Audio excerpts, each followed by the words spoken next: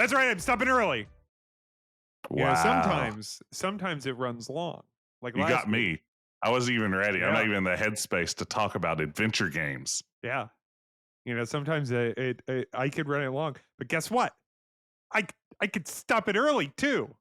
You got to keep them guessing. Got to Yeah. keep them on their toes. Yeah. Like and you know what? I'm disappointed. I'm disappointed in the listeners, actually. I'm disappointed in the listeners. I'm not disappointed in you, Jess. I'm Yeah. disappointed in the listeners. I'm disappointed in the listeners because last week I did the thing where I kind of chatted like during while the song played. Not a single comment. No one said anything about that to me. Yeah, I got a lot of complaints about it. People were DMing me. It's like, you do something about Ben. I'm disappointed in all of you. I did what I thought was a fun little reference and to David Lynch dictating the tune of Laura's theme to Angelo Badalamenti, but the uncultured swine.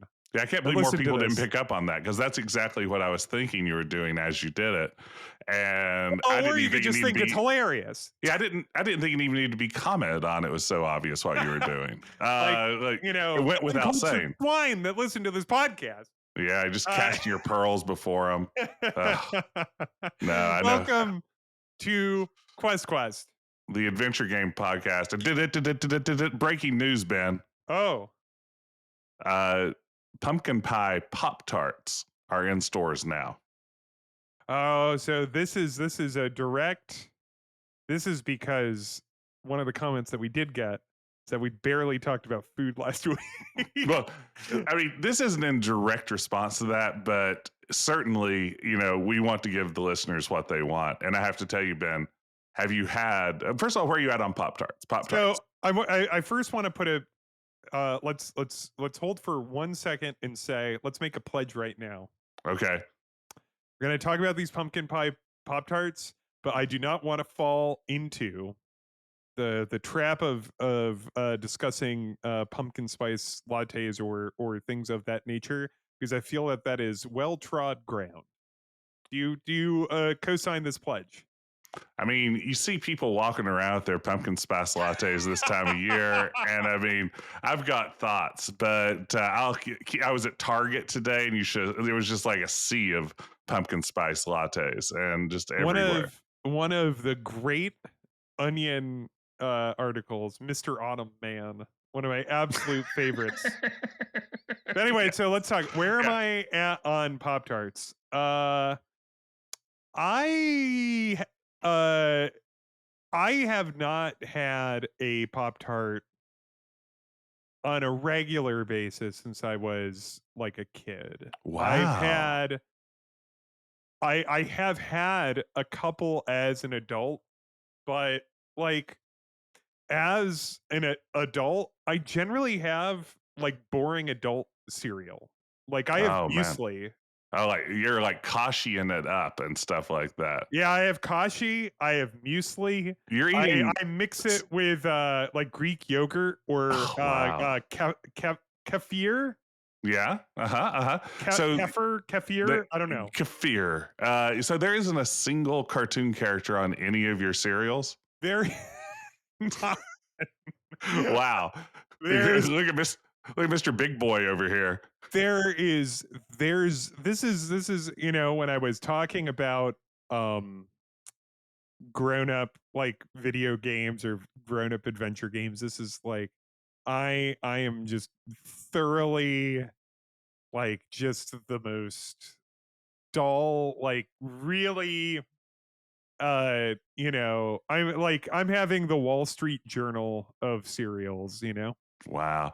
See, I would never dream of eating a Pop Tart for breakfast. Like, I would just collapse into a blood sugar crisis by like 10 a.m. if I just ate what is essentially, a pastry of pure sugar for breakfast. But as a dessert, I'm telling you, these pumpkin pie Pop Tarts, Ben, they're quite good. Where are you on pumpkin pie in general? I like it quite a bit. I'm not a huge pie guy, but honestly, like the As a proud Southerner, I assume that you're a pecan pie man. no, I prefer pecan pie, Oh, actually. brother. I've never tried pecan pie, but I have had a lot of pecan pies, and yeah, no, I love a good pecan pie. I like here are my top three pies, all very autumnal, because I am an autumn guy. Uh, I'm also an autumn guy. yeah, I'm gonna say pumpkin pie, pecan pie, and I like a good sweet potato pie. Sweet potato. I think I've only had sweet potato pie like once, and so I gotta go back because I've had so pumpkin pie. I my problem with pumpkin pie is I think there's a lot of bad pumpkin pie. Oh, absolutely, And yeah. so, like, in general, I'm gonna turn down like, this is like our cake discussion a Hmm. couple weeks ago, where it's like 9 times out of 10, I will turn down pumpkin pie, but that 10th time, it's because it's a good pumpkin pie, and a good pumpkin pie is great. It's hard to beat, but Yeah. I will say there are more bad ones floating around out there than good ones. Yeah, I think the problem with pumpkin pie is that like it's hard to make in a way where you're just not like just slurping it out of a can. Yeah, slurping And is the sound too. Yeah, I mean that. Yeah, Yeah, it's not great. there might be ways like I think there's ways to dress that up. I would not be surprised if I've had a good pumpkin pie that like, had a can involved, Hmm. but a lot of them just like kind of stop at the slurp, as they say.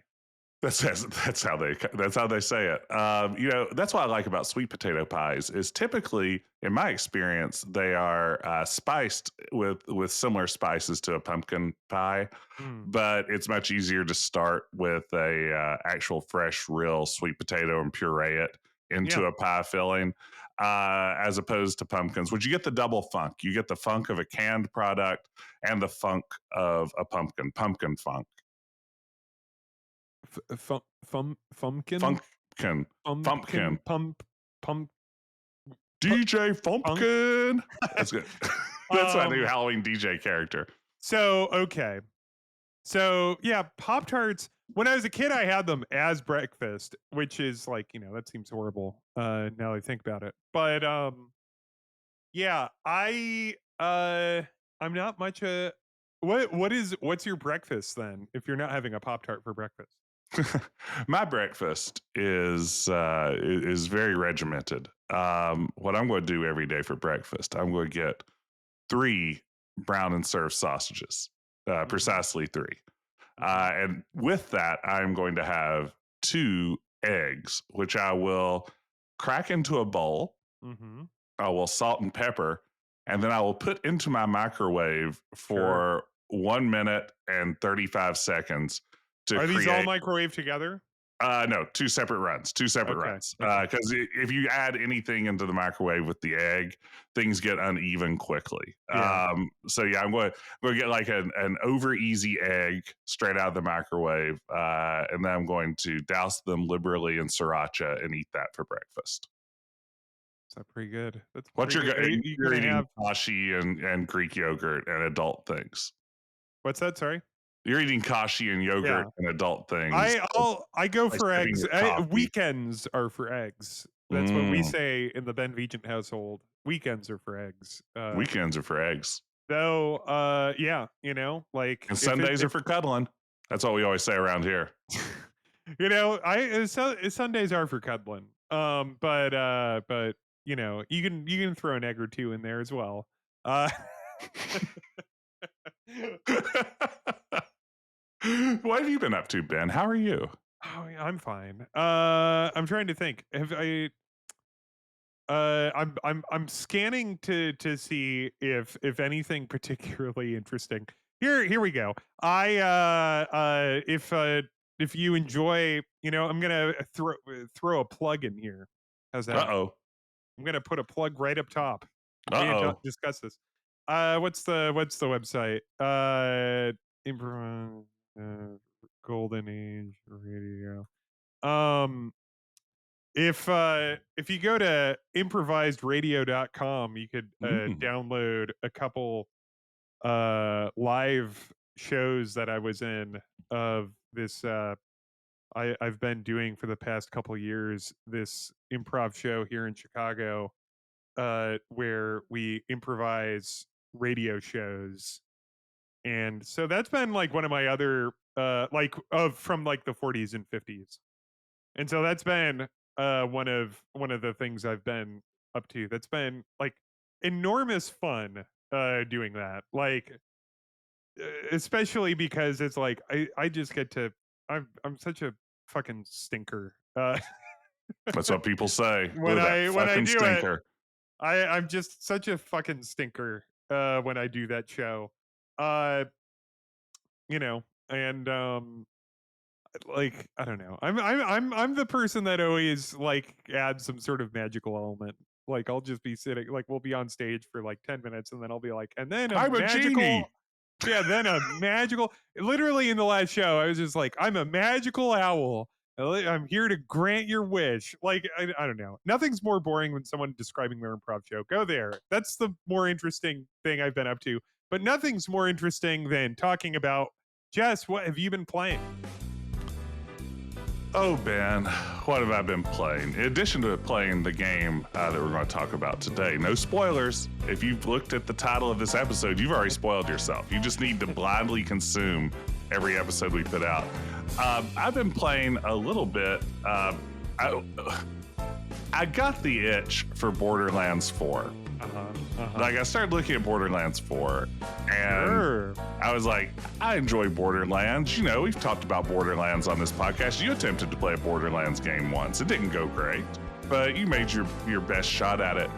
And I started looking at Borderlands 4, and I eventually noped out of it due to the price tag. It's launching at $70, and I just don't feel great jumping at the $70 price point on anything, especially a game that I know will be $49 and then $29 and then a free Epic game. Yeah, a free Epic game. Yeah, it's like is the most going to go on sale game ever if the rest of the franchise is any indication.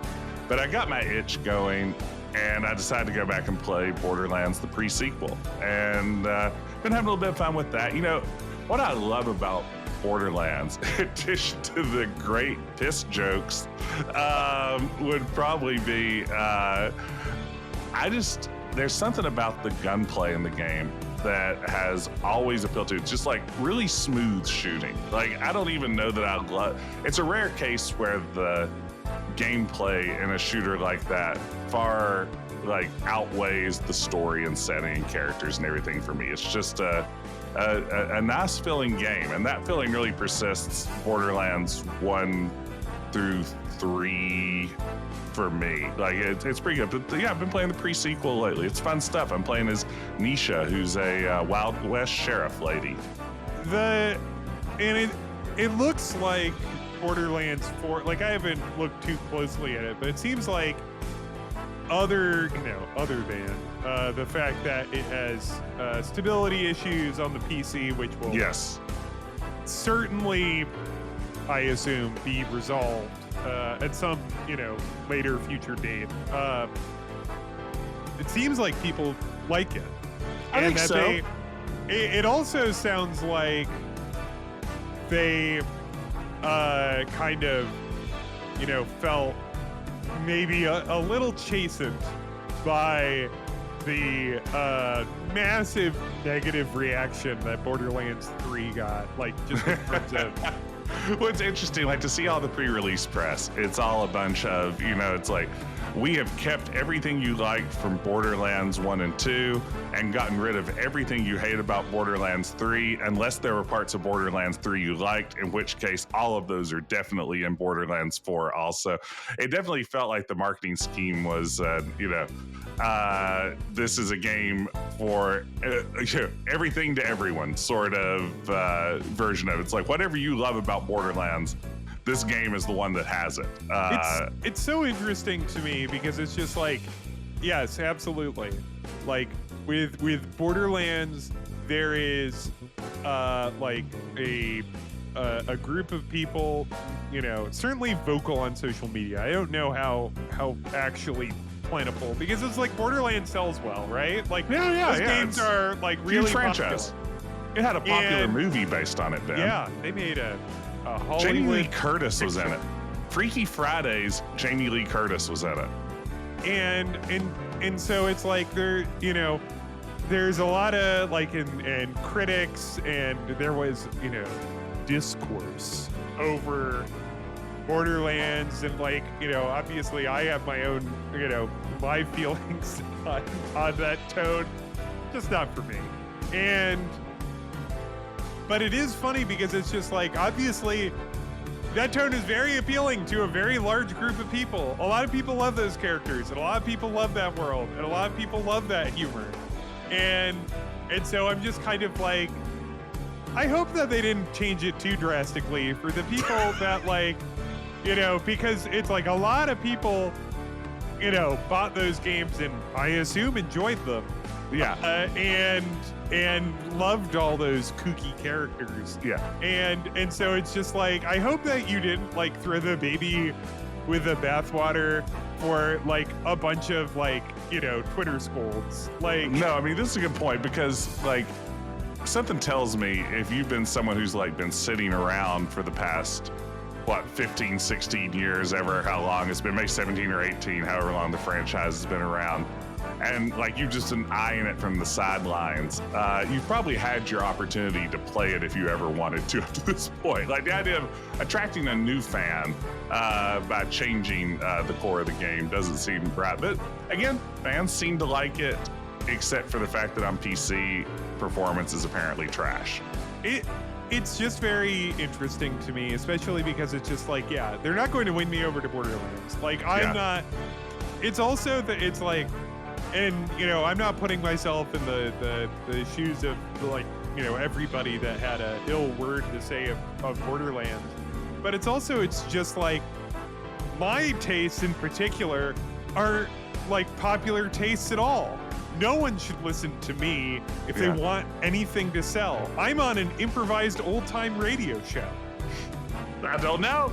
That's pretty hot right now. Nobody, that fills a need that no one has. Well, you were just telling me though before the podcast that from now on, now that you've heard that GTA 6 is going to be a quintuple A game, that you're not bothering with AAA games anymore. Like that's like a few A's just short of what you're interested in. It's just GTA 6 and Star Citizen for me from now on.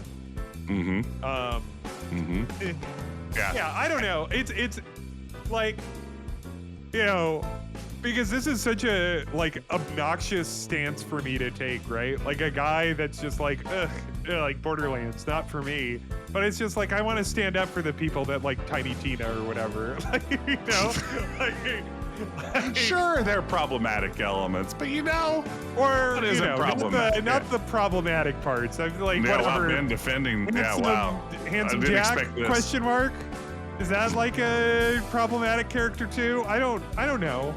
Yeah. I don't know I don't know who any of these fucking characters are. Handsome Jack has a horse named Butt Stallion. Is that funny to you? Not at all. Wow, that's weird, because that's like a huge joke. That's like, you know, popular. I have but that. There's people that love that shit. Let them enjoy things. Don't yuck their yum. Yeah, like, that's right. You know, no bummers. I'm a big time. My yum is yucking, right? Well, like, then it's not fair to ask you not to yuck. My yum is yucking, and so that has, like, I've negatively polarized myself into being like pro obnoxious Borderlands. Wow. Which is maybe the most obnoxious stance anyone has ever taken, ever. Wow, Ben. I'm impressed. I'm so bold. The gymnastics you've done, the bravery on display here. I'm the bravest human that's ever lived on this planet. Yeah, there are a lot of podcasters out there just saying a lot of things. But I don't know if any of them are as brave as you, Ben. What have you been playing? Sure. I've been playing I've been playing a game called Star of Providence. Which, That's not a Borderlands game, right? no, and it Okay. probably is sold like, I don't know. Let's see how many Steam reviews we got here. 2,400 positive, overwhelmingly positive. So let's say, tens of thousands of copies, maybe more. Yeah. Right? This is Star of Providence is the type of game that I like to play that I'm bad at. And I've talked about like a lot of games like this. I love twitchy kind of bullet hell spaceship games. They don't love me back. Yeah. I'm not good at them. And this has been true since I was a little kid. I loved stuff like 1942 and like shmups. Like I enjoy shmups. I'm just dog shit at them. I've never been good at shmups. And yet, I buy them. And yet, yeah. Because that's me with fighting games. Yeah. I'll always be terrible at fighting games, but I find them just remarkably fascinating. But yeah. Like, there is so much of this game that I've purchased that I will never see. There are so many levels of this game that I will never get to. But that's fine, because I'll just kind of, like, I think the furthest I've made it, I don't know how far it goes, but it's like, the furthest I've made it is to the 3rd level. Maybe somebody's listening and goes, it's like, there's actually 4. Like, because it's a procedurally generated, like, it just kind of, but it's like I die all the time. I have no idea how to make the power-ups, like, all, like, it has all sorts of, like, different power-ups that all you can kind of make, synthesize with each other and all of that. I don't have a brain for any of that shit. Like, I'm just like, that gun seems good, Yeah. I mean, that's a shmup. That's me. Yeah. I like the one that splits my gun into 2 guns. That's a good one. Jess, did I tell you? So you're the person that introduced to me watching my favorite thing that you stream, and I think I'm the only person that feels this way, and you know this. Because I've told you many times. Yes. My favorite thing to watch you stream is Galaga? That's right. And like usually when you stream it, there's like 2 viewers, and it's me and like probably you me. left your like browser window open. And so I love watching it. I don't know why, like, because it's it's Galaga, and you're a perfectly like fine Galaga player. Yeah, not good. We need to stress here. Yeah, like just an adequate like. You're coin a jockey. guy that's been playing it since you were a small child. Yes. Like, so you just have these skills. I did not, like, Galaga wasn't in that many of the arcades I went to as a kid. I think there were, like, the later, maybe we'd have a Galaxian or, like, the later stuff. But Galaga just wasn't in that many of the arcades I went to as a kid. And so it's one that I got into older, especially because they have those caps all over the place that have Pac-Man. Yeah, now they're everywhere. Anyway, you showed me, because I didn't know this, the thing where you can have the 2, like, where the alien ship steals your ship.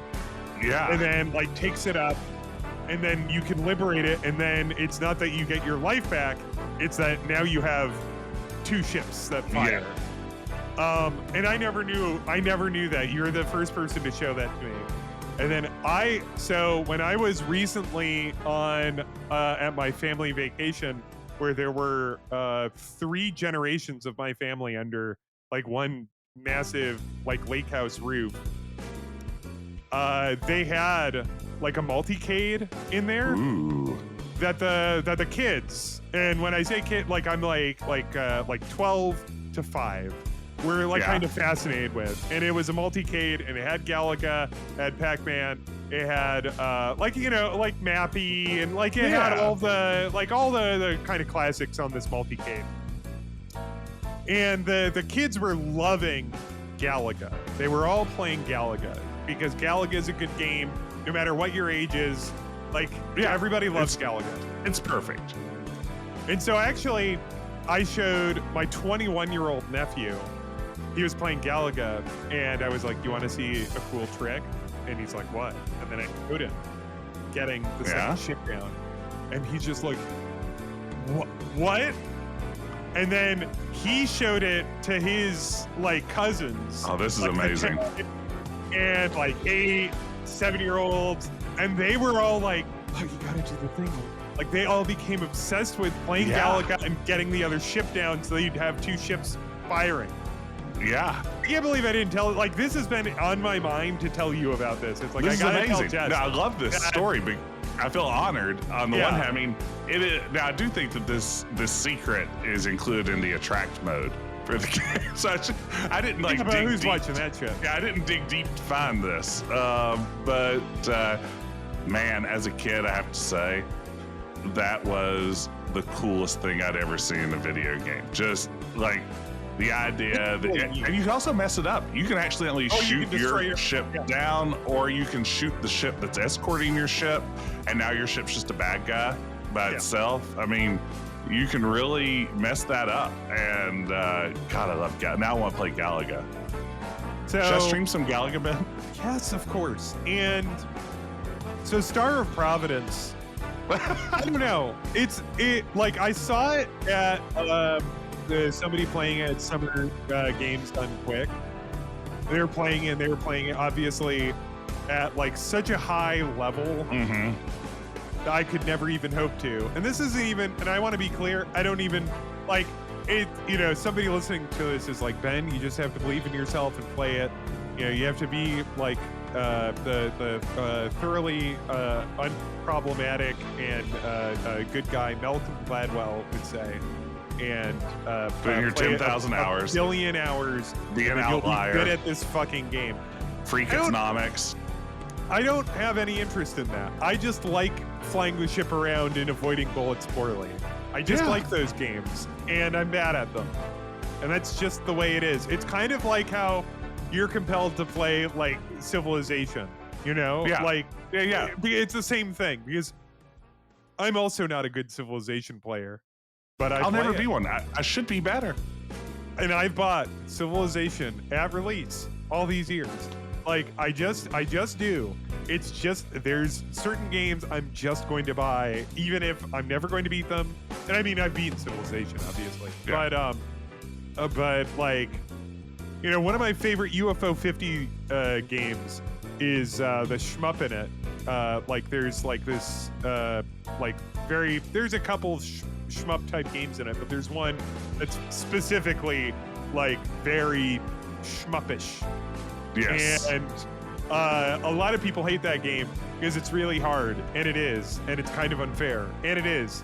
But you know what? It's one of my favorites just because I like those games, and I just like to play them. And that's, like, You know what, Ben? Yeah. I support you. I It's think you just- should keep playing them. yeah, like It's just I'll fun to never, do. like the game Ikaruga. You ever play Ikaruga? No, I think I've heard of it. What It's is it's like a well-known, as far as these go, like Japanese shmup that is like also, at least as far as I'm concerned, again, maybe there's a listener that's like, "Ben, this is actually not very hard." It's like, to me, it's unbelievably difficult. But Is you that know like what? a Neo Geo era game, or am I way I off? think I'm not going to look this up. No, we shouldn't either.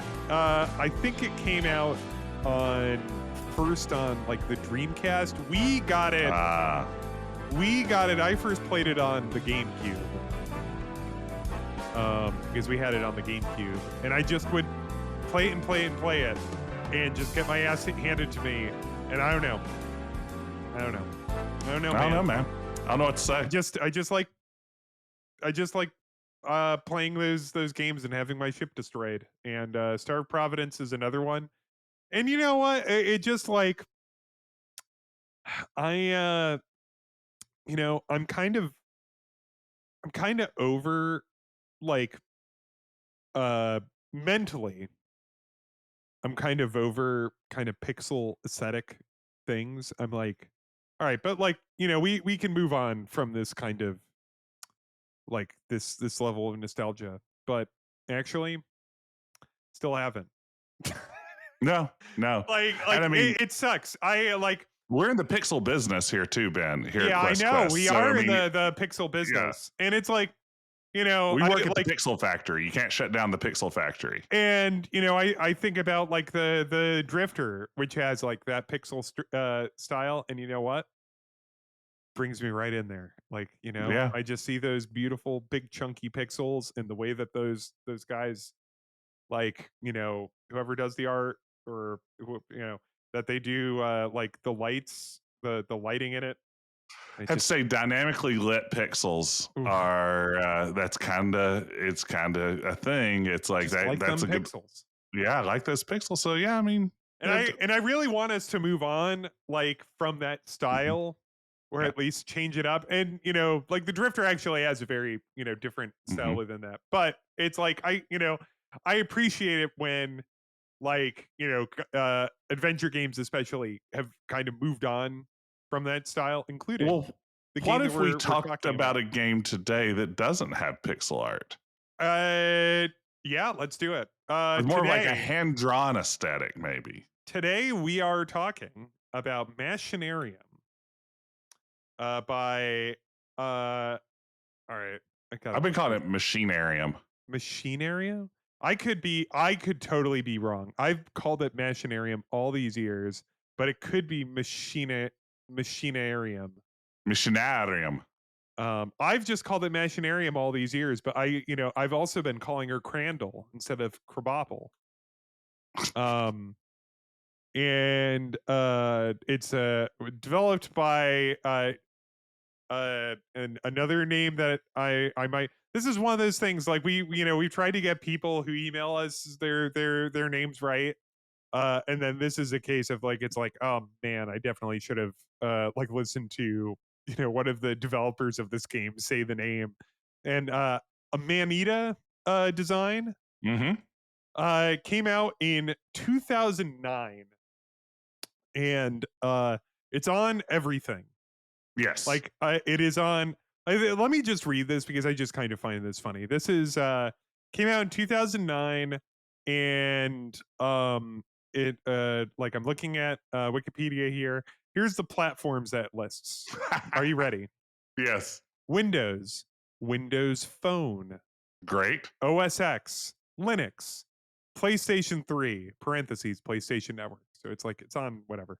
PlayStation Vita, iOS, BlackBerry Playbook, What is that? Android, PlayStation 4, Nintendo Switch, Xbox One, and TV OS.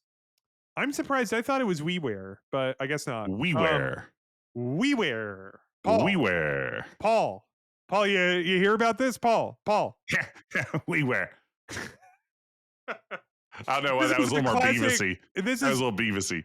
this is just a case of it's less an impression of David Letterman and more just doing Norm's impression of David Letterman. Ah, Ha! Ha!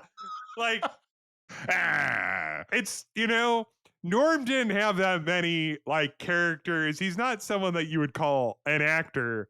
And yet he had one really he had a couple. You had a take on that He one, had yeah. he had a couple, and the ones that he had were really good. Like that David Letterman, like it's a good impression if it like if that's the one that kind of overshadows. Like in the same way that it's like, like Sarah Palin never said I could see Russia Yeah. from my He house. kind of replaces actual David Letterman with that impression in my head at some Yeah. level. Yeah. Ha ha. And Ah. then wait, who is doing Schaefer? Who is doing Was it Mark Schaefer? McKinney?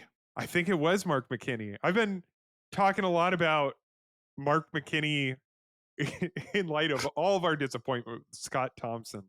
Um, and I've been saying I think maybe Mark McKinney had the biggest post Kids in the Hall career. Like obviously Dave Foley Mm. might lay claim to that, but I think Mark McKinney ended up having the biggest one.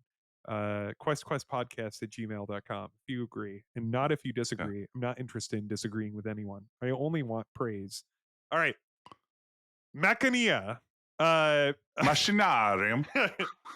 it's a game. It came out in 2009. I played about 2/3 of it. I think I played about 1/3 I of would this. agree. I know about, I would say about a third, like Yeah. maybe around there. Um, but I want to, before we even get into like the game itself. Uh, I like. Have you ever played any of the other? Like, have you played any of the other games from this developer? I don't think I have. I'm Like looking now at their other stuff. Samorost, Yeah, no, I haven't played any of these. because I've heard of Botanicula. I've heard of that one, but no, I haven't played any of their games. I remember playing Samorost around the time of its release, because that came out. That's the first one they're credited Hmm. with.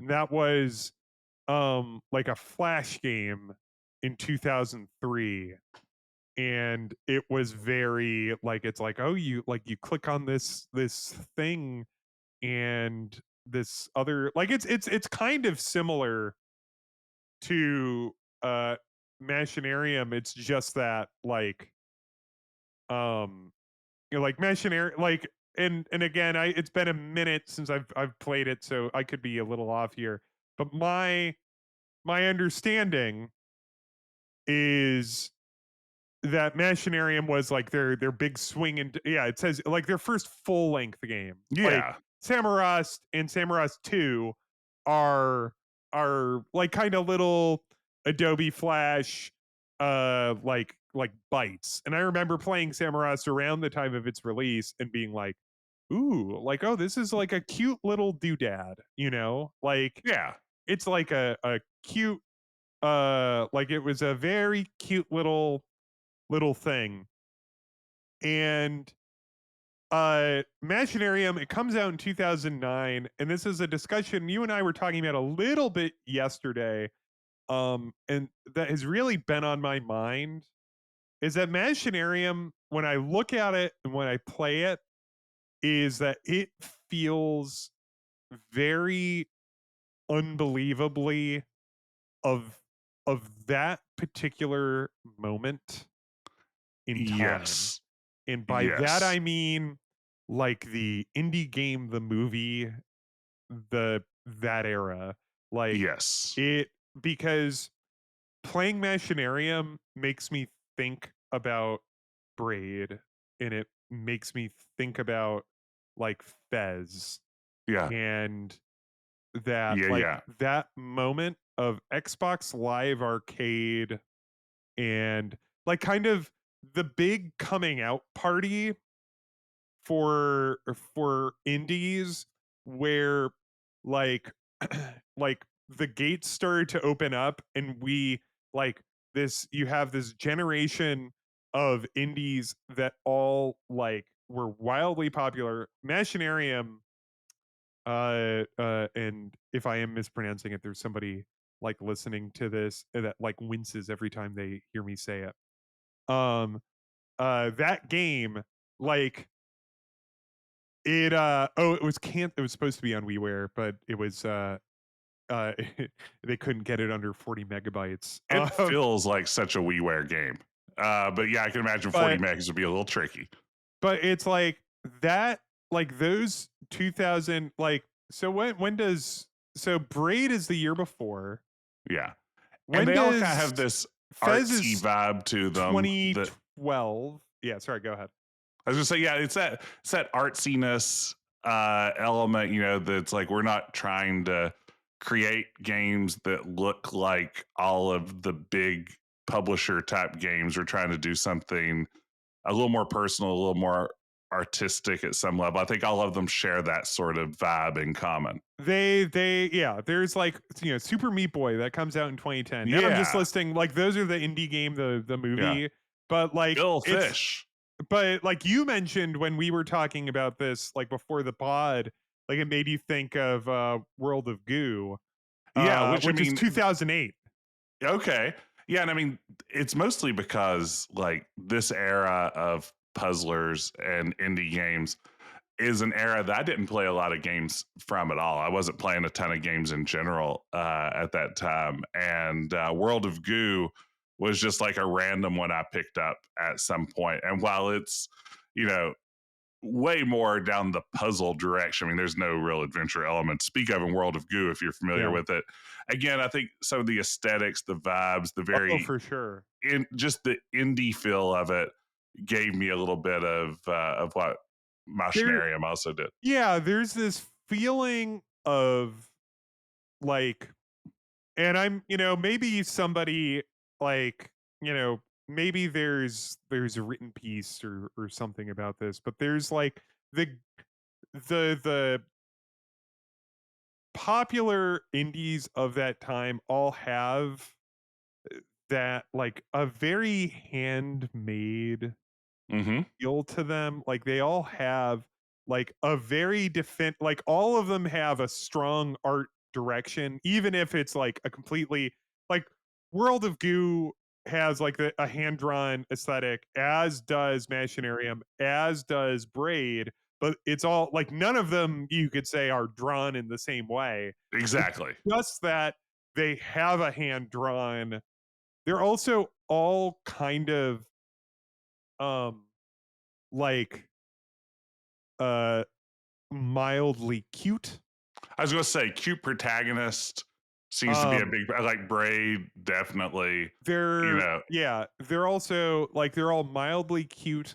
They also all kind of share that they're like kind of winkingly subversive uh huh. in a very similar way. Like, Braid is just like what if I did a extremely like serious minded satire of the Mario Brothers, what would you do then? And Oh, like, World of Goo has like this kind of wry like narrative about like industrialization, yeah, and then like Machinarium has this, kind of stark, like decaying world of like rust and like leaky oil and trash. But then it's populated by all these unbelievably cute robots. It honestly yeah. made me think of Wally a Yeah, little bit. it's got strong Wally vibes. I'm sure this is a term someone else has used before, but I kept thinking like this is junk punk is Punk kind of punk. what I was junk punk. It's Yeah. got like yeah, I mean, and yeah, that definitely Wally vibes. You're a little robot on a trash heap of a world. So it's got that going for it. And I wouldn't like, I'm sure that there's a like, so this is what, 2009. Wally comes out the year before, but I'm sure there's no like It doesn't I feel wouldn't feel like direct. there's No, any I don't think so inspiration either. at all there. It just like that era of indie, of like this group of games, and I know that there were a bunch of other like indie games coming out that Hmm. we don't like, that we don't talk about anymore because they were all forgotten, Yeah, but like the ones that were like the top line big deal million seller yeah, ones, like they all kind of had.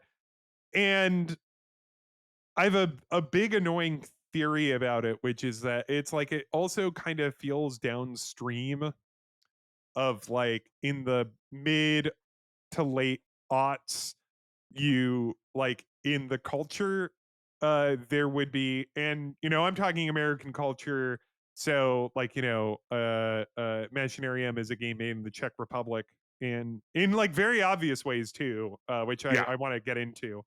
um but it's like I think about, when I think about like mid to late aughts, I do think about like this run of kind of similarly twee indies, like kind of post Royal Tenenbaums yes, yeah. I was gonna say movies, like the Wes Anderson kind of vibe that latches in. Yeah, and like that are all like very handmade and bespoke and deeply melancholy, which yes. all of these games that I just named also have. And like, I'm not saying that Machinarium is inspired by the Royal Tenenbaums. That's insane. I'm Mhm. saying that it's like there was a lot of movies, television, music from like 2003 on that had like that kind of like the independent film and music realm kind of had that feel at that moment.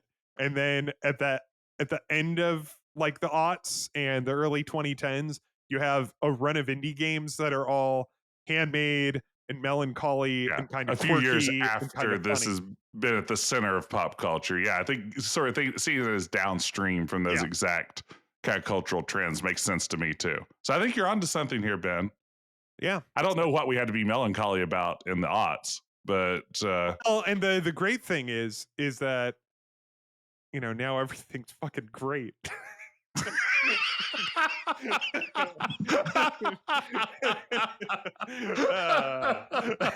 uh, Paul, you hear about this modernity?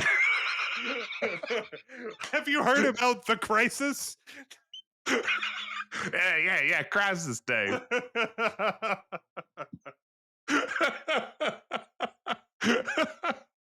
But no, I mean, I think you're onto something. I mean, for listeners who don't know anything about Machinarium, maybe not don't even know how to pronounce the title. A Like, if you game that imagine, you probably have in your Steam library, like yes, that you just probably have. You might not have even played it.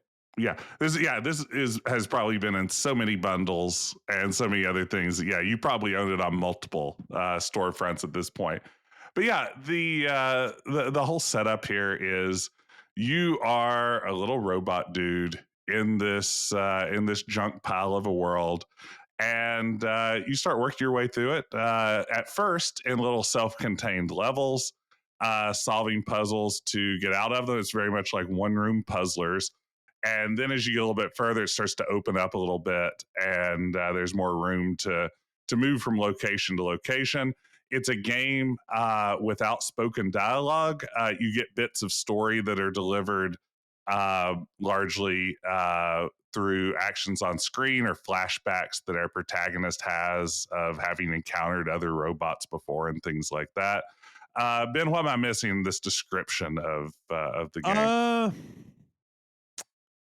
I mean, you know, I think you got it. What's interesting to me is that when I was like looking at it like on Wikipedia and I was reading like some other stuff preparing for this, is that like all of the characters and stuff like have names, Mm-hmm. but obviously, as far as I can tell, they're not referred to in the game because there's no written dialogue.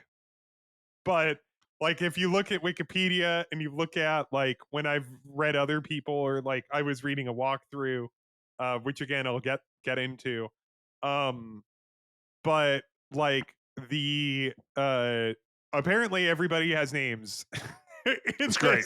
this. I don't know if that would add to my appreciation. I mean, I'm going to go ahead and say it, Ben. I'm going to lay my cards on the table here. If you'd like to see my cards, Yeah. um, I did not particularly care for this game. I bounced off of it pretty hard.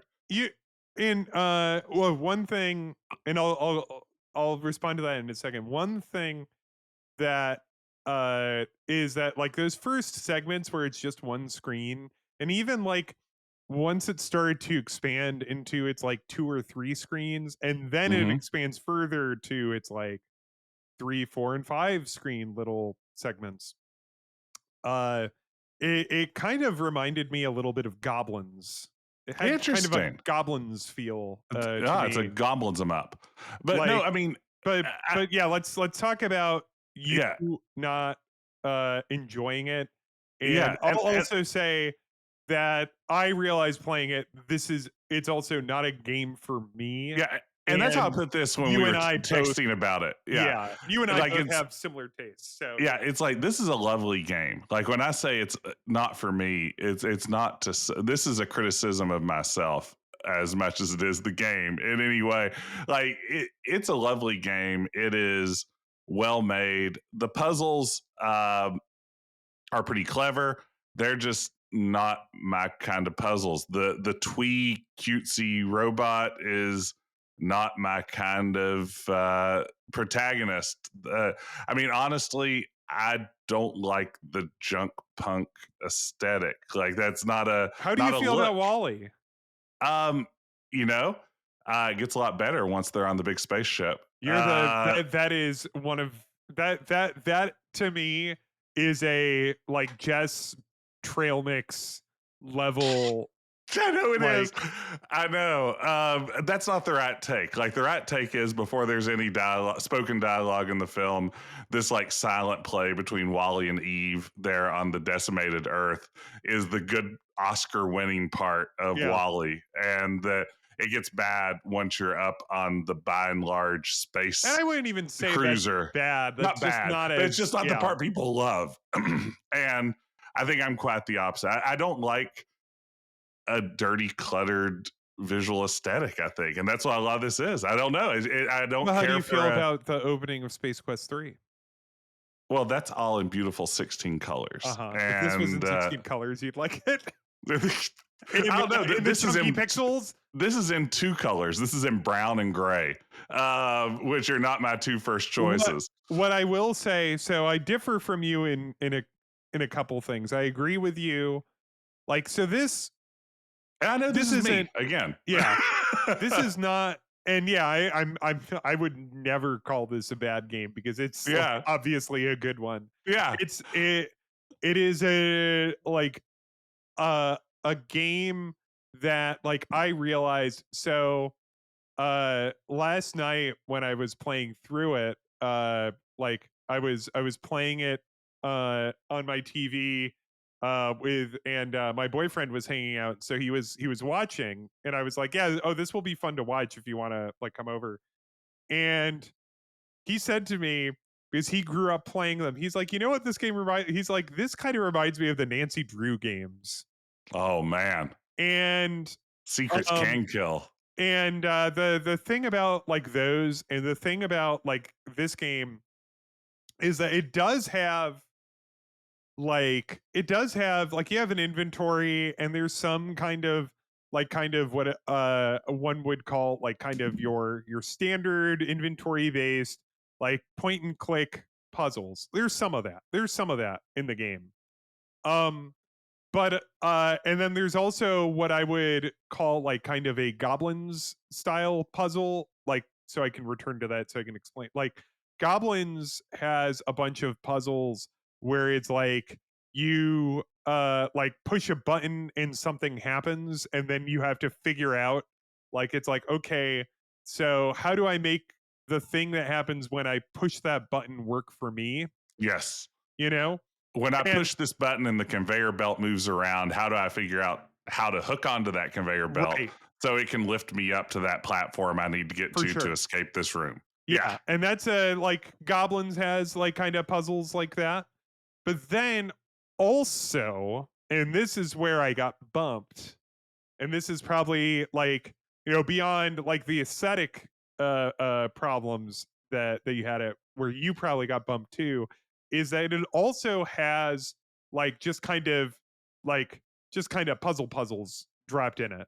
Like Yeah. just little like brain teasers and little like it's just like here's like where you stopped and I told Oh. you to get up to because I wanted you to get aggravated by it as I did is like there's a part where you have to play this robot in tic-tac-toe except that it's like 5 in a row And it's a and 10 by 10 grid. yeah You have to get five, you're playing with nuts and bolts, and you have to get five in a row on a 10 by 10 grid. and everything is brown so even though like Yeah. the bolts and nuts look like distinct when I started to get cross-eyed and be like I would miss when my opponent would Yes. like get close to 5 because I just like everything like kind of all fell into the same sludge of the same,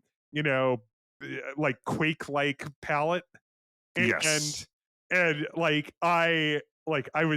I ended up having to find like a YouTube page where somebody is like, all right, here's how you do it. Like Yeah. um Yeah. but it also, you didn't get to this. It has a sliding tile puzzle. Oh, good. It has like a bunch of like just little like stock puzzles in it, Hmm.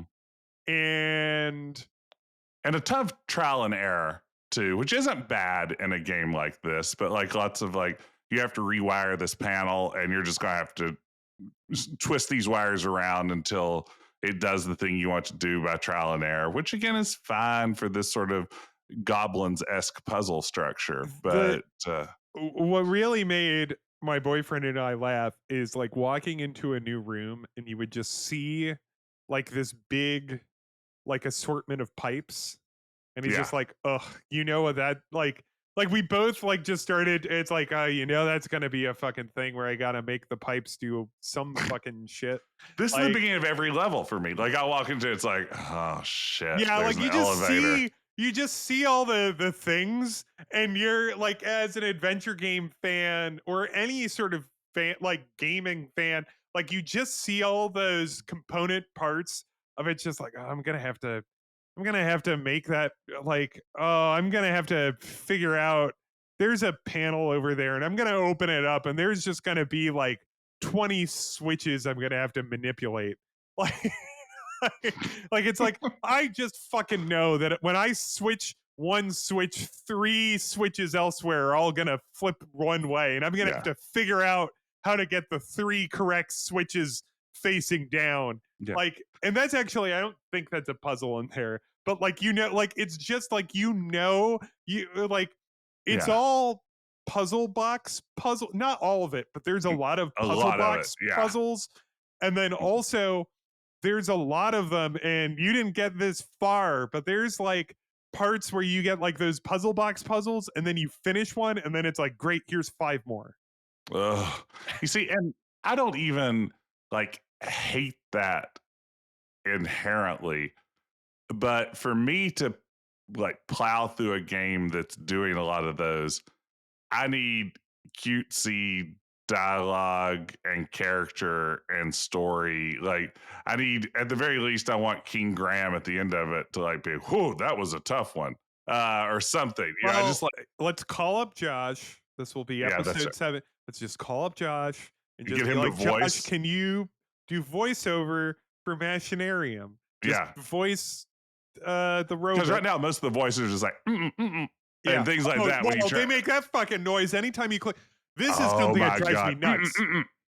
This is something that drives me nuts, and this is something I never, this is a adventure game peeve, is that you can only manipulate something like, and it tells you this right up top, so this isn't like a secret, but like it will only let you, like it will only highlight that you can do something if you're within like kind of I like hate an this. inch radius. I hate And this. so sometimes like I'll see something and I know, I'm like, all right, I know that this inventory item is just gonna have to like tap with that thing, and then that, I know what I have to do, but then like I would, you know, move over and try to click on it and when highlight, and then I'd be like, all right, I guess I don't. And then like it's like, oh, I'm actually not close enough, so it's just not going to, like, it's just not going to recognize that as a potential action. And that, Yes. nuts. Like, Yeah, it doesn't that even like drives change the me nuts. cursor to the like I can touch this thing. This drove me crazy, especially since again with the hand drawn graphics. A lot of the times, Oh, like it's hard to tell. your hotspots blend into the Yeah. backgrounds, and these are usually fairly busy backgrounds with a lot of pipes and wires and machinery type stuff. I mean, it's a machinarium. There's machinery everywhere. There's machinery coming out the wazoo. It's, Um, yeah. but sometimes, yeah, I would just like, I would look at something and be like, oh, I probably can interact with that box over there. And I'd hover my cursor over it and the cursor wouldn't change. And I'd be like, well, I guess not. I'll look at something else. Then remember, like 5 minutes later, when I walk near, it's like, oh, I just wasn't standing close enough for the cursor to change. And the game explains this to you. I Don't know get, it's not a I secret, know but it's like, don't get fucking mad if you're a big fan. Like, I understand.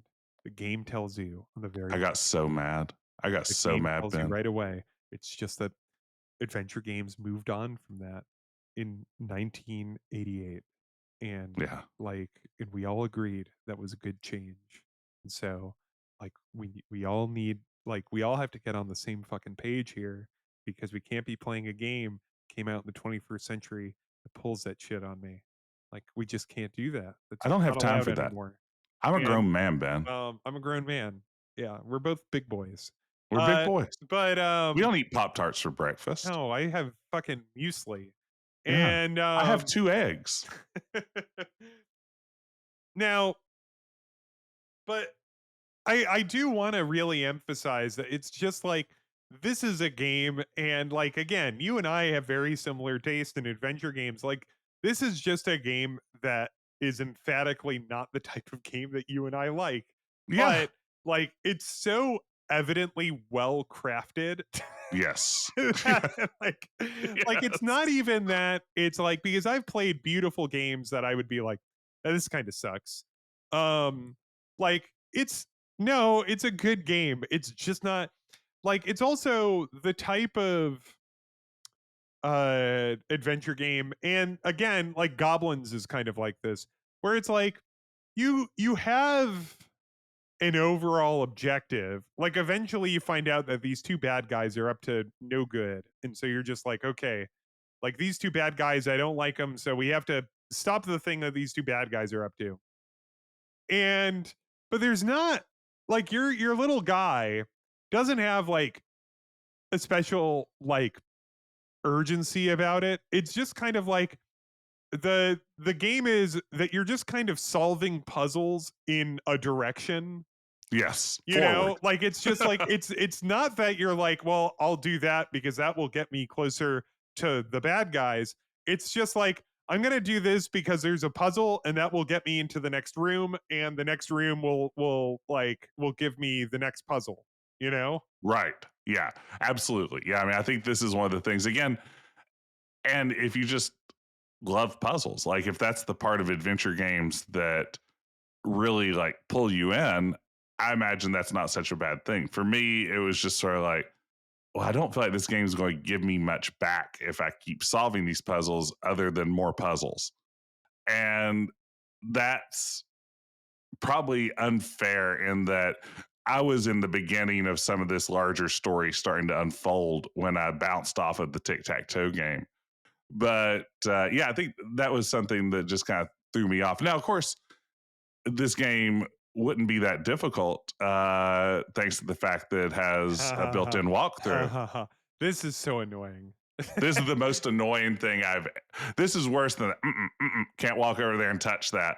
This Ben, it has a walkthrough built into the game with lovely pictographs to show you what to do. Why don't I just click on that every time that I want to skip through a level that's frustrating me? Well, because it makes you play like this deeply irritating mini game to punish you from like it'd be one thing like, and it's also kind of like I think it predates Flappy Bird, but it has It's Flappy yeah, Bird characteristics. Like yeah. it It's like a is Flappy Bird shmup. ugh, but I would enjoy a shmup. Like it is I don't know. It's very, and I think now they wouldn't like, and I haven't played any of their recent games, so maybe, but like if Mhm. it if this was their first full length game now, they wouldn't bother with it. I that feels more like a like kind of being protective of like hints and nudges and stuff kind of thing Yes. that I don't really think you get as much of I feel like at anymore. some level it's like an appeal to the grognards who don't want their games being made easy for them. That I think we just decide it's like, if somebody wants to cheat through your game, they paid the same amount to get it as anyone else. Let them cheat through your game. Yeah, it's just like It's too cute for its own good too. Like I mean, how long does I'll tell you full disclosure. I got so mad at the mini game. oh, I I just actually immediately found a looked website. online. Yeah, Yeah, I it's just like you can look up those immediately looked same. it up. I was just like, Yeah, I'm not gonna play your game. I never completed it. Like I played it for I like didn't a complete it minute. either. and it was still going. So it's like I have to play a minute where I'm like piloting through this little Flappy Bird type area, shooting at spiders and stuff.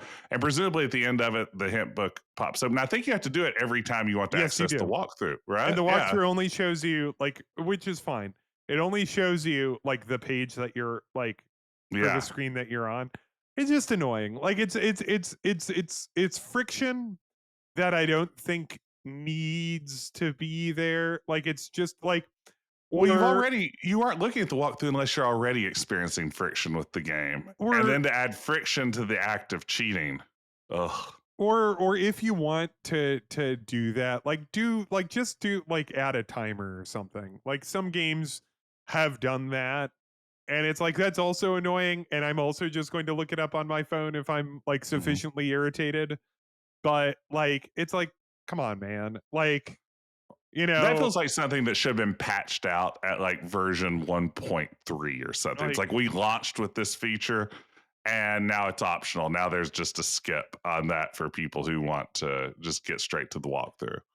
so there's a couple things that the game makes me kind of think about when I play it.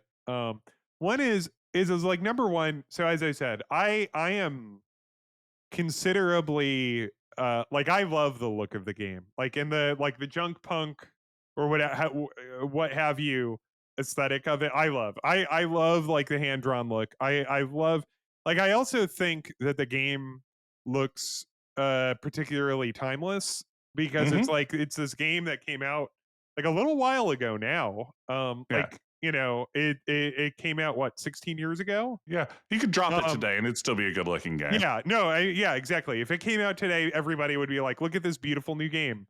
Um, and uh, so like that is like that is one thing. I also like so uh, and I also want to like kind of talk about when I was playing it. It also made there are two things that made me think of. One was like viewers of my stream um know that like I'll fill the time when I've completed a game but I still like have stream time left. Like I'll play like old like I'll play like a Freddy Fish game or like something like an animated storybook, and like there's something from like the multimedia era like for kids is something Yeah. I like to do. And it that kind of large hand drawn living world with like animation happening kind of everywhere really put me in the mind of those Yeah. kind of animated storybooks that would come out in like you know the early CD-ROM era. uh and so I find that like that's another thing, like those games you know made for 5-year-olds where it's like you could just click anywhere on the screen and there would be a cute little animation.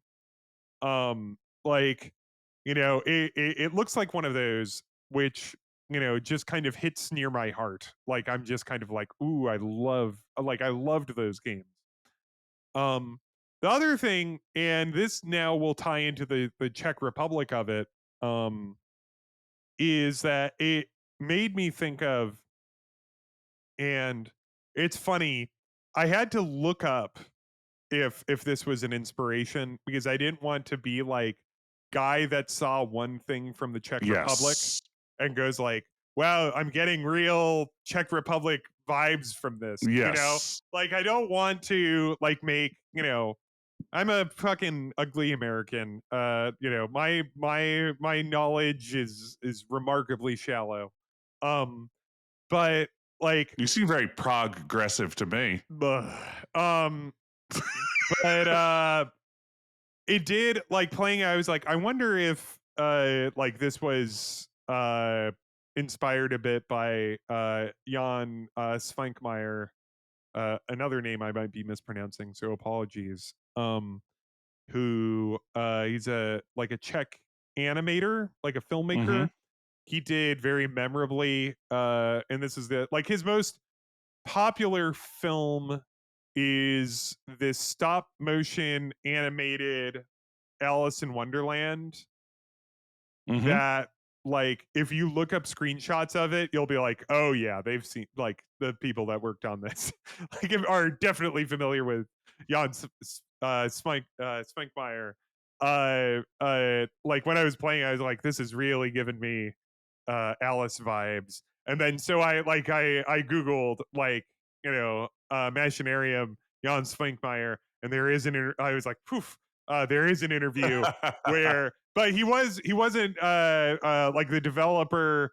He was specifically talking about like his earlier games, like the earlier like I think Samorost.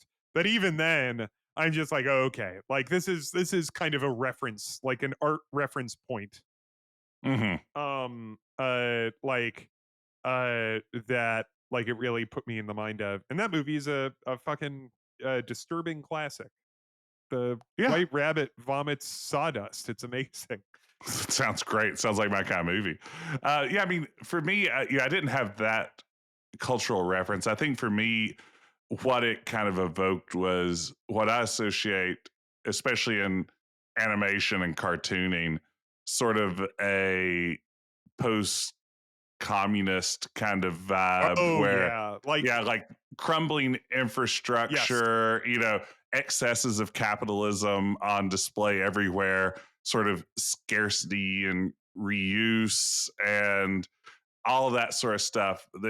A rusted world that I think I Hmm. associate with a lot of post-communist art and cartoony type stuff. Yeah, it made me like think of like um you know some like other stuff from like that Eastern European, Eastern Yeah. Bloc era like area stuff where it's just like you have like these movies or these animations or something where it's like this very like stark like kind of brutalist Hmm. like landscape in kind of disrepair, in kind of like a state of decay, but also with like signs of life and joy occurring Yes. in And them. like budding hope within this desolate landscape. Yeah. Yeah, like it's because like not because it's like it's not the world of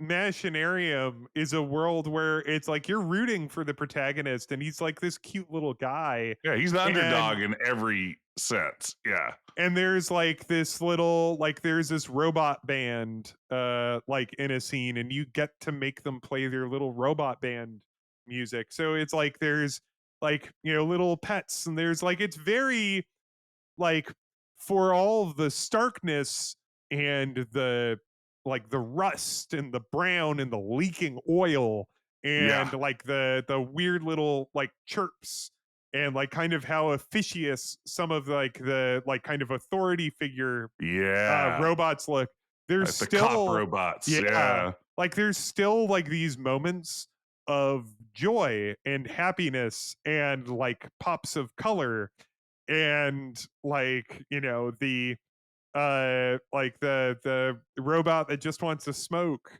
in the like the Yes. jail cell, Yeah. and like there's just all these really kind of moment, and yeah, like again that kind of make me think of the stuff that I have watched and enjoyed uh out of like that region of Europe.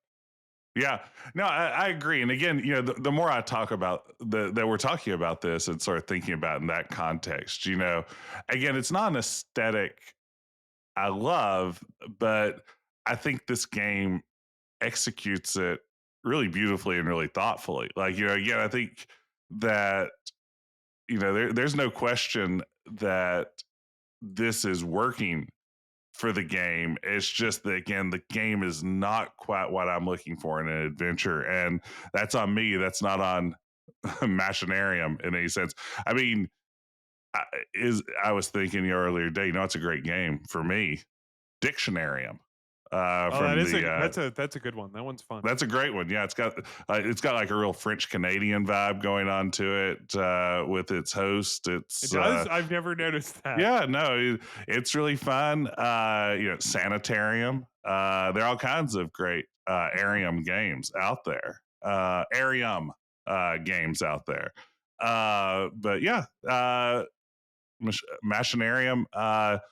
Gorgeous game, just one I bounced off of in part because of a cruel tic-tac-toe puzzle that you made me play forward to. I was ready to quit already, and you said, Yeah, Jess, no, you were. And out I of was just respect like, for our Jess, you're listeners. not very far in the game. I was like, I must be 6 to 7 hours in. And you're like, Jess, you're like 20 minutes in. You just are really struggling with these puzzles, these I simple baby puzzles. I mean, I used like at a certain point. I was just kind of like, I'm just going to be using the I walkthrough couldn't beat the very Flappy liberally. Bird, so I couldn't use the Well, this is walkthrough. you want to know? I have a secret code. It's called Google Machinarium walkthrough. I just went to Chat GPT and said, how win Machinarium, and it wrote a great essay for me about critical thinking. Oh, good, perfect. Um, yeah, it's also one other thing I know. Like, it sounds like we're wrapping up. There's one other thing I want to hit on before we do, which is that, like, so I remember at some point, like, I don't know when it ended up in my Steam library. It could have been that I just woke up one day and it was there, but I think I got it like close to its release, and I just remember because it's like this game comes out in um 2009, as I said, and that is like kind of like, so you have Telltale kind of doing the Telltale thing, and this is when Telltale is still doing like kind of point and clicks. Um, but uh the like this is still part of the like adventure games are dead era of Yes. adventure game releases.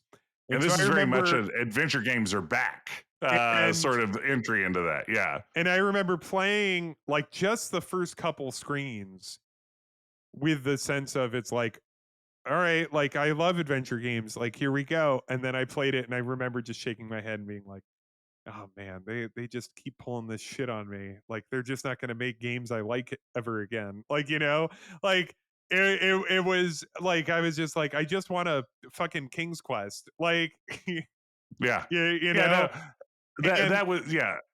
And I think this was one. I think even some of its advertising very much framed it in a, adventure games are finally back. We've revived them. They're not dead anymore.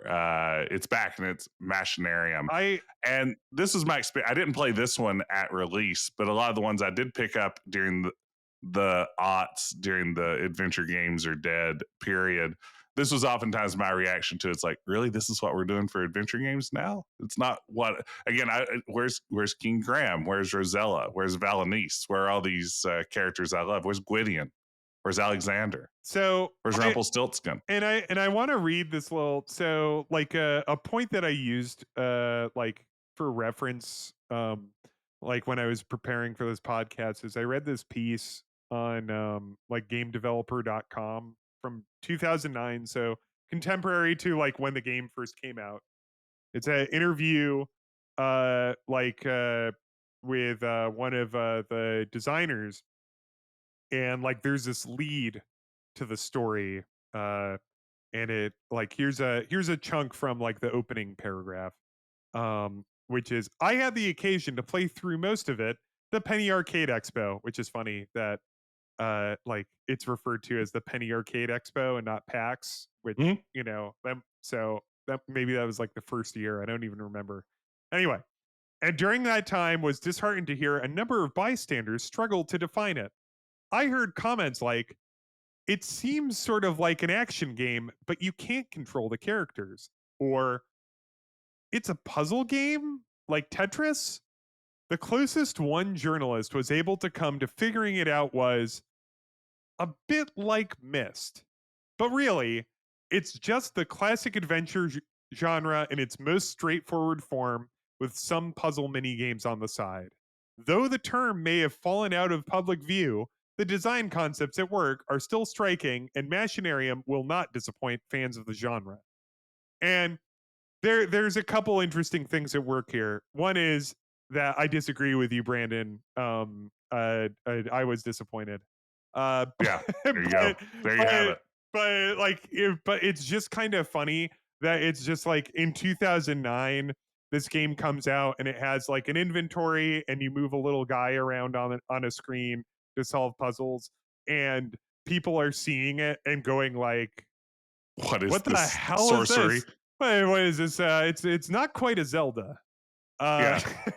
But I guess it's a Tetris. There, like, yeah, I'm trying to solve something, but there are no falling blocks. yeah. So what is it? Clacks? Like It's Steven Spielberg's Boom Blocks. yeah, it's a Steven Spiel. It's a boom blocks him up. Yeah. Now this is funny. I mean, this idea that that this genre had collapsed so thoroughly that we don't even have the words to describe a game that clearly fits within this genre as it reappears just a few short years later. It's like, oh, my grandfather told me of something called a Monkey Island, if you can imagine. Like, and it's like, and this is from like a very like sober public, like it's from gamedeveloper.com. It's not from like, this isn't like, like like a video game website that has like a tab for babes, like this is like this is random, and it's just like I had the occasion to see this a bit of a curiosity at the Penny Arcade Expo.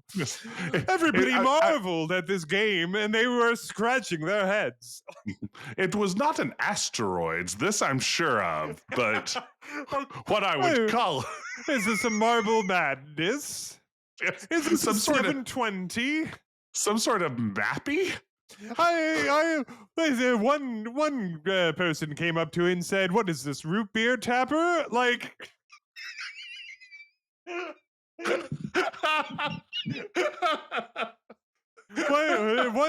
one man came up and was like, "Where are the flippers? I'm trying to push the buttons on the side and nothing's occurring. Where is the pinball?" Like, one thing's for sure, Machinarium is a terrible spreadsheet. A pizza has not arrived at my home. Like, one man who had a thick, authentic Scottish accent picked up the mouse and said and spoke to it and said, "Hello, computer," and.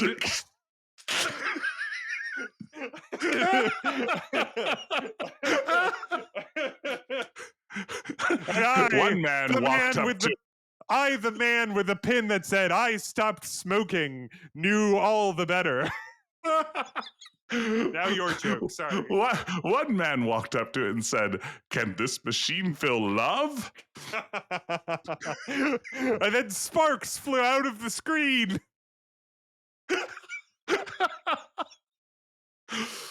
I mean, yeah, who knows what this thing is? Yeah, it's Machinarium, which may or not even be how you pronounce it. Yeah. What? Well, here's the important thing: is that we didn't. The important thing is I don't want anyone to add us with how to pronounce this. Please do not correct us. Don't correct us. One. Don't. Yeah. You have no idea how hard this is. This is so hard. One of us, and I'm not going to tell you who, but one of us has pneumonia right now. Yeah. And also, one of us only speaks the truth. The other one only lies. That's not true. Don't trust him. Yeah, I mean, I don't know. What we really did this week was my goal of let's not talk about a Sierra game this week. I mean, literally, that's just a peek behind the curtain. That's the genesis of this episode. We ended our last the one. mega drive of this episode. Yeah, that's true for our international listeners. Yeah. As soon as we got Grayson off the call last week, we said to ourselves, like, we can't do another Sierra game, Ben. We can't just do Sierra games, even though that's what our listeners want to hear. They want to hear us talk about a King's Quest. They want to Yeah. hear us talk about a space quest. It's, which we haven't spoken about at all. We're never going to. And Ben won't let me. yeah. It's kind of like the Doughboys podcast, which is like where they talk about chain restaurants, has Oh, not done not World War One. has yeah, has not done an episode about McDonald's. Yeah. And that's like kind of like all right, they've done one about McDonald's breakfast, but they kind of put like an asterisk on that. They're just like, but we didn't do like, we haven't done like the Big Mac, like we haven't done the McDonald's episode. Mm-hmm. And so it's like that might be the Space Quest thing with you. But anyway, Yeah. I mean, I'm sure we'll talk about Sierra next week. yeah, we're gonna talk about Jones in the Fast Lane. Oh wait, Oh man. fuck, I should that would have been a good kicker joke. Oh well. Anyway, so yeah, any final thoughts before we close the book and probably not talk about one of? I mean, I don't know. Here, I am. I left this because they've continued to make. They've made a bunch of games, Mm-hmm. and this was their first full length game. So I am like curious about they put out a game. Like their most recent release was in 2021. It's a horror point and click adventure called Happy Game. Mm-hmm. Uh and like it's like I don't know. Like I don't know. They have another game coming out next year. Like it's like, I'm curious. Like are they like is it do they kind of stick to this kind of form or like what's the deal? So maybe we'll come back. I don't know. I am actually quite curious. Like And even certainly the though I visuals of all these other games they put out are also, I mean, they all have a striking artistic style. I mean, in that sense, I think they're definitely carrying through on some of the groundwork laid here by Machinarium. yeah, I mean I think ultimately like, you're going to have a good time looking at it unless you just disagree with it on aesthetic grounds like Jess. Like Yeah, unless you hate junk punk and you just hate that little Wally robot walking around and being all sentimental and too it's much. what is it? Hello Dolly? Yeah, Very cute. It's a lovely. yeah. I love that. Anyway. All right. So that was our definitive talk on that. Please write into us if you enjoyed this game more than us and tell Ben and I why we're wrong. Don't correct the pronunciation of the title. Mhm. We aren't interested in those emails. But reach out to us, questquestpodcast@gmail.com. I think that this sort of game is also like very appealing to people that bounce off of the games, like the adventure games that you and I love. Because there's a certain type of like puzzle fan that is like I don't need all the dialogue and I don't need all the Right. I enjoy that this has a nice little wrapper. you know Yeah. No, absolutely. And I can say, I mean, it's just two different types of nerd, uh, both equally nerdy. But I mean, it'd be great in this little insult sword fighting. Yeah, what would be great is, if like there was a scene and you go into this guy's house and he's like, "Oh, you have to see this terrible monster that gave me a hook." And like you go through and there's like 20 different doors and you're just like, "Oh, what is it?" And it's just a parrot. It's just a cute little Yeah. parrot. It'd be great is if there was a scene where you had to like steal something from this mansion, Yeah, yeah. and once you got in, like the local constabulary like confronted you, and like you had this like elaborate fourth wall breaking fight that Mm. sort of really just made light of the mechanics of the genre itself, just along the way. I think what would like that's pretty cool. What I think would be great is like if there was like a scene where like you're tossed underwater and just out of reach are all the things like you're tied to like a really heavy object and but fortunately you can hold your breath for an abnormally long amount of time for someone. Like how long? And Like 12 minutes? around there. Not that long, but around there. Give or take? Yeah. Yeah, definitely take a few, Okay. but not too much. Okay. And like, so you have a rope, and but around you are like scissors and a knife and all of this. And then meanwhile, above you, like standing like on, let's say there's like Uh-huh. a pier or dock above Yeah. you, Yeah. like there are two And people that have like kind of a conversation. mhm. Uh, Can you uh, hear them like oh with yeah, the you can hear water? the whole dialogue, and How do it's you, I mean, like you just hear it, it's text. huh. Or if you remade it, like you could probably get some pretty good voice actors to Okay. do it, like Okay. real ringers. If this was like done by like a company that has a lot of money, at their Okay. disposal. Gotcha. Yeah. But anyway, like all this stuff that like Mm. could like cut So I a just rope, walk over and like grab like but no, you couldn't. a You pair of couldn't because it's just out of reach, Oh, and you're just like, oh my god, I'm gonna drown. But don't worry, I've got a fair amount of time. And then okay. all you have to do is just pick up the thing that you're tied to. It's like kind of a gag, it's just kind of Oh, like okay, because you're underwater and yeah, like yeah, the yeah, weight really doesn't matter yeah. at Like that you just point. pick it up. Like Yeah. it's just like, and then I'll just go up the ladder that's right here. Like it's Okay. not actually an issue. Like it just turns out not to be a problem at all. Like Yeah. yeah, I think that would be pretty good. No, I think that would be. I think all these, I mean, if we could workshop some of these ideas, I think they have potential. Yeah, but what if we had all of that in a game or perhaps a series, and then just kind of ended it with like kind of a slide whistle. Yeah, like at some level, like after we've like gotten people really like hooked on these sorts of things, at the end, it was just like, oh, you like that character, you idiot. That character was a sad man this whole time, and you enjoyed him and all of his adventures. Boy, you really wasted a lot of money and time on these things, didn't you? He was a sad man this whole time, and you thought he was cool. You enjoyed him, and you like cared about him and his girlfriend and later wife. Look at you, idiot. Thanks for buying it. Wow, what a journey we've gone on. Anyway, if you enjoyed this podcast, rate, review, tell a friend, post about it on your social, post it on only good Reddits. If you post about it on like some shit Reddit, I don't care for that.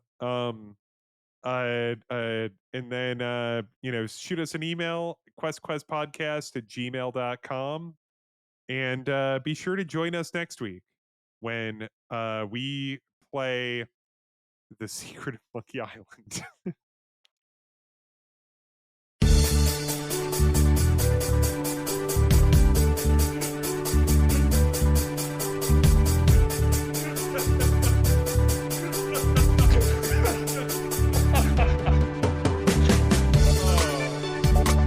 Yeah, we can let this run long. Yeah, we kind of owe him at this point. We cheated him at the beginning.